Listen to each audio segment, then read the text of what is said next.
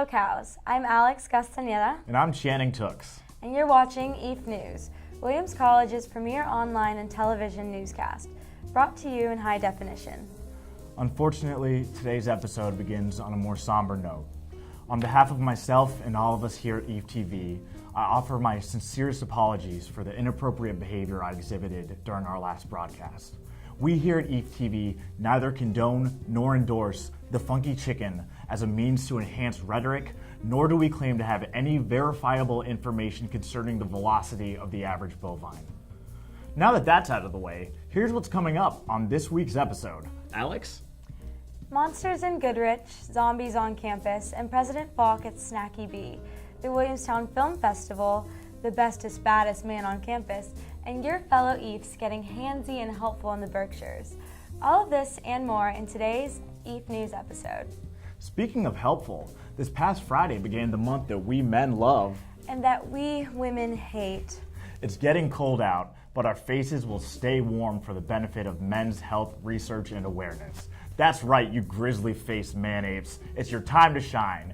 Each November, we celebrate Movember, where masculinity abounds as socially conscious males fashion and groom mustaches in support of raising funds and awareness for men's health issues. Head to Movember.com to join a team or to make a donation. But wearing fur on your face isn't the only way to do your part, Channing. This Saturday, Layman Council's Winter Blitz put bodies to work, caulking and weather stripping homes in the Berkshires to help prepare for the unbearably cold days ahead of us. After all that steamy caulking and weather stripping, students don their most imaginative and sultry costumes to keep the sweat dripping at the ACE and BSU Halloween dance at Goodrich. Students looking for a little more intellectual stimulation could find it in the Purple Valley at the annual Williamstown Film Festival.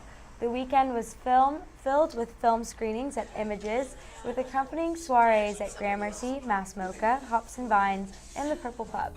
Our very own Aaron Taylor of the class of 2016 directed one of the films featured in the festival. Did you know Images is like 100 years old? No, I certainly did not, Channing. But I bet you've never heard of this. Try me. Throat singing. Throat singing. A Lash Ensemble, a group of master throat singers, performed this last Monday at Brooks Rogers. What does it sound like? Well, imagine a human bagpipe, a person who could sing a sustained low note while humming an eerie whistle-like melody. It's very lovely. And as another treat for you art enthusiasts out there, sculptor and performance artist Senga Ngundi spoke at the WICMA on Saturday as part of the art colloquium.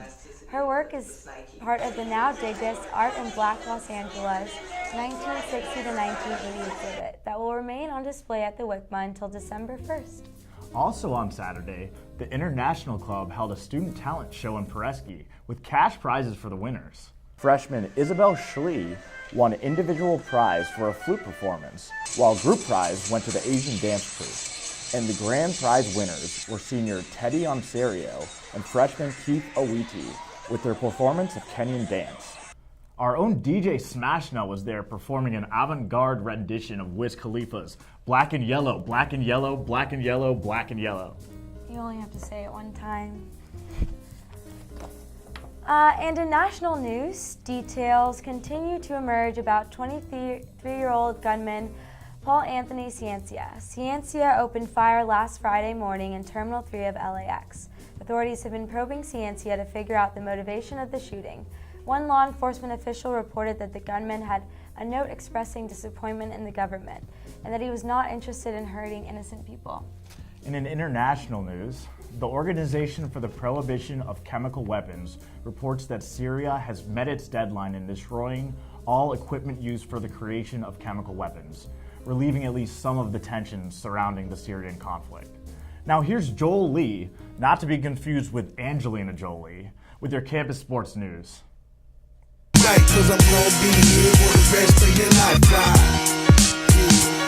I said I'm gonna be here for the rest of your life. Thanks, Channing. This week in sports saw many Eph teams wrapping up their regular seasons with W's. Men's crew ended their fall season with an invitation to the Princeton Chase. Williams was one of the only 2 Division III schools invited. The first and second boats finished 14th and 57th respectively. beating out schools such as Columbia, Dartmouth, and Navy. Women's soccer ended their regular season strong by beating Hamilton on Tuesday, scoring one unanswered goal during the second half. The win advanced them into the quarterfinals, where they beat Wesleyan 3-1 to clinch themselves a spot in the NESCAC semifinals. Men's soccer, after a tough and well-fought 2-1 loss to Hamilton in their regular season closer, eked out a 3-2 victory against Middlebury to move on to the semifinals. Both men's and women's soccer will play their NESCAC semifinals away on Saturday next week, so be sure to provide good spirit and cheer for your fellow Ephs. Field hockey surged forward and crushed Hamilton on Wednesday, scoring 2 unanswered goals in the second half to give the Ephs a 3-1 lead. Unfortunately, their season came to an end on Saturday with a loss in the NESCAC playoffs to nearly undefeated Tufts Jumbos. Football suffered a close 16-14 loss against undefeated Wesleyan this Saturday. Your Ephs took the lead in the fourth with 2 touchdowns in a row. However, the Cardinals took the lead back by converting a field goal with less than 5 minutes to play. Women's volleyball continued their dominance, maintaining their undefeated record in NESCAC with 2 3-set victories against Trinity and Wesleyan. The team, with a record of 11-0, will play in the 2013 NESCAC tournament hosted here at Williams, so there is no excuse for you to not be in the bleachers getting rowdy for volleyball. I'll see you there this Friday through Sunday. Now, back to Alex and Channing Tooks, not to be confused with Tatum, with more campus news. Thanks, Joel. Now it's time for our How's Your Hookup quote of the week. Alex? Good DFMO got me feeling like a freshman again. DFMO? What's that? A dance floor makeout? Oh, dance floor makeout. I've only had like 1,000 of those. Sure, Channing. Last Friday night, Williams' improv comedy troupe, Combo Zal, put on their annual Halloween performance. Here's some footage from the show.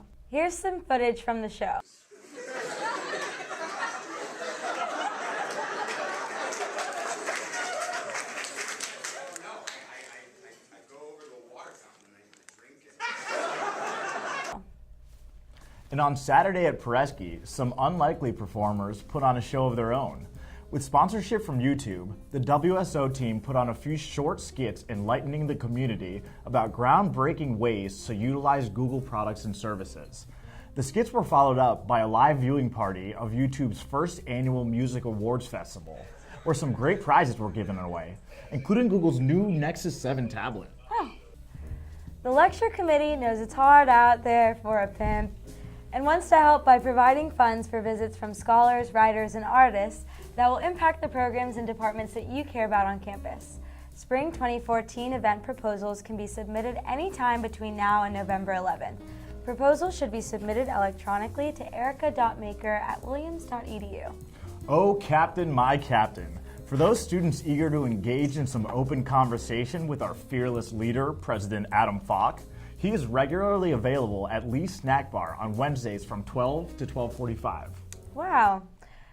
And for all the ladies on campus who have been feeling particularly chilly these past few nights, be sure to head to Presky tonight for a chance to check out the creme de la creme on campus. That's right, girls. Ditch the throw pillows and make some space in your twin-size bed. Tonight is the Mr. Williams pageant.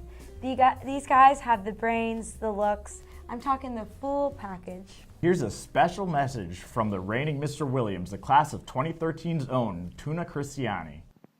What's up, Williams College? Peter Christiani here. You guys may better know me as Tuna. The reigning Mr. Williams champion, had the title for a couple years now. Finally decided it's time to pass it along to somebody else. Here, just to give the fans an idea of what to expect from this year's competition and the contestants a little knowledge of what to expect going into it. So for the contestants, number one, understand the gravity of this event. Do not take it lightly. In the past 2 years as champion, I have worked tirelessly to ensure the tuition be raised 8% over the past 2 years. And I have busted my butt to make sure that the Story Library project and the Weston Field renovation project be prolonged as long as possible. Now, if I had another year as champion, I may be able to get pushed back all the way till 2020. Still remains to be seen. Nonetheless, for the fans, obviously, Mr. Williams, you know what to expect. Williams College men scream one thing, and that's sex appeal. Ladies, this is not an event you're going to want to miss. The men are going to look gorgeous, they're going to showcase some brains, and they're going to showcase some heart. So I hope all you guys can make it to the Mr. Williams competition this year, and best of luck to Master.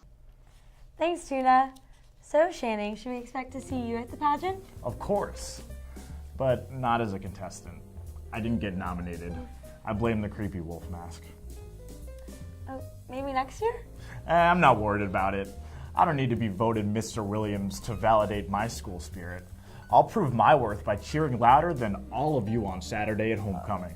Oof, I don't know about that, Channing. Homecoming happens to be my favorite weekend here at Williams. Then I guess I'll see you on the gridiron. This has been Channing Tooks And Alex Castañeda with EphTV News reminding you, stay black and white, and purple.